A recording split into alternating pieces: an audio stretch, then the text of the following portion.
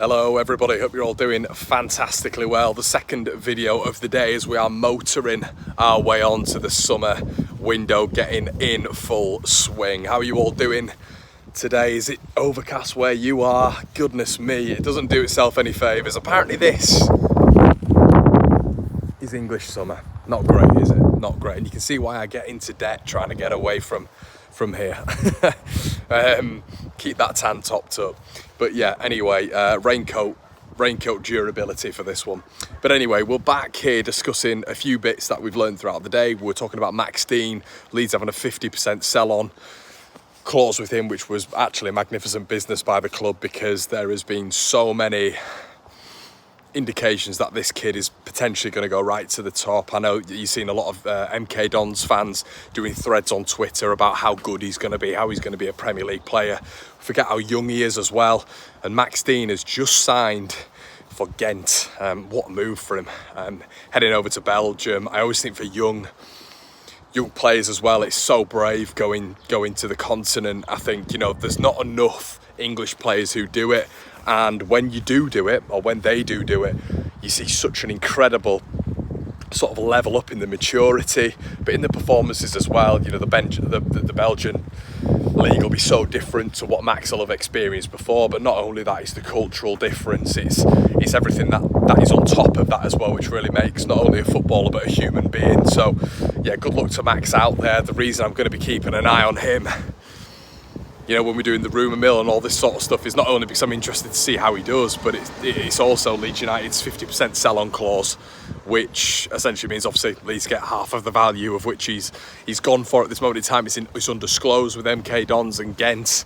But what we do know is, listen, when a lot of these players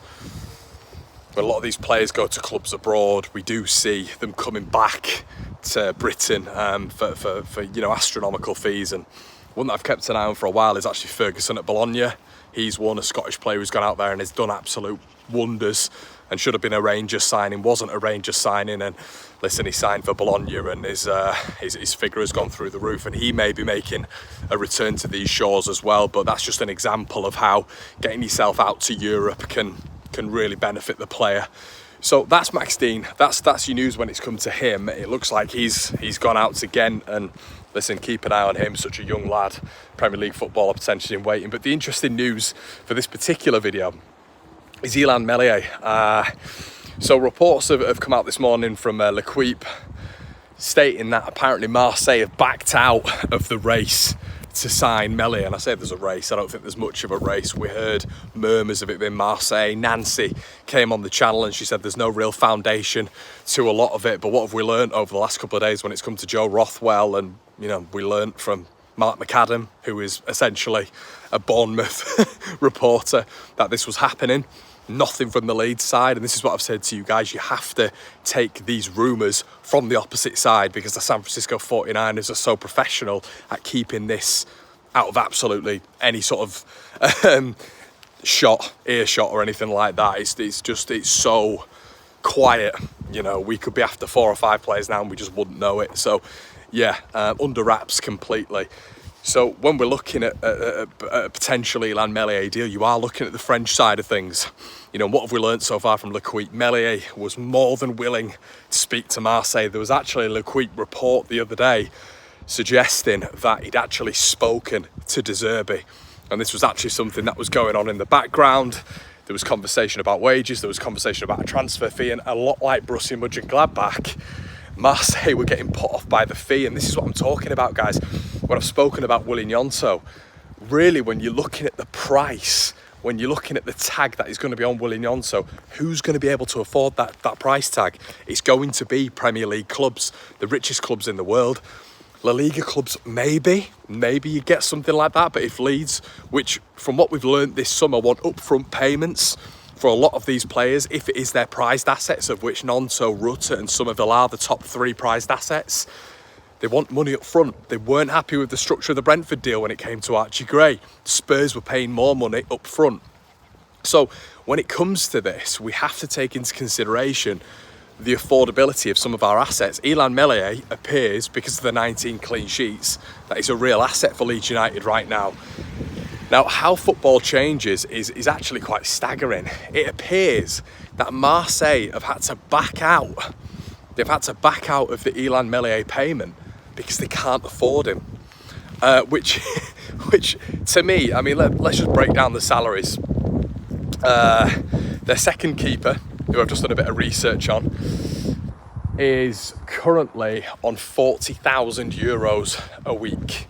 The top keeper, who a lot of you guys will know, Lopez, is on €76,000 per week.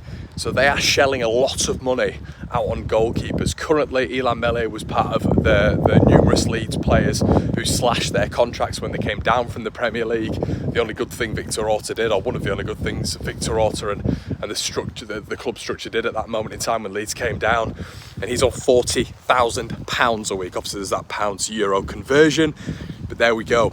So when you look at that, when you take it, I mean, listen, when you've got Bamford and Meslier picking up between them 80 grand a week, it is very, very painful from a Leeds United standpoint, but we're just going to have to carry that.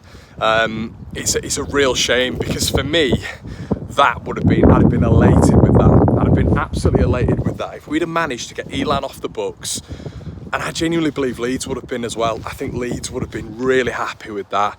Going out and getting maybe a player on loan, or getting a Rodak in on a free on half the wages, and getting rid of Illan Meslier. I think his time's up with Leeds. I think we're all very aware of that. I think it's time to move on. And that had been perfect. But apparently De Zerbi and Meslier and Marseille have walked away from the Illan Meslier deal. There was discussions with the player, and according to Lequit, that is now off the table because Marseille cannot afford Illan Meslier, which, you know, to say they're at least the top two in terms of the biggest clubs in France, PSG being the other, in terms of European pedigree as well, and French pedigree. It's quite staggering to say they can't afford a championship player, but there we go. That's the position we're in right now. I want to know what you guys think about this as well.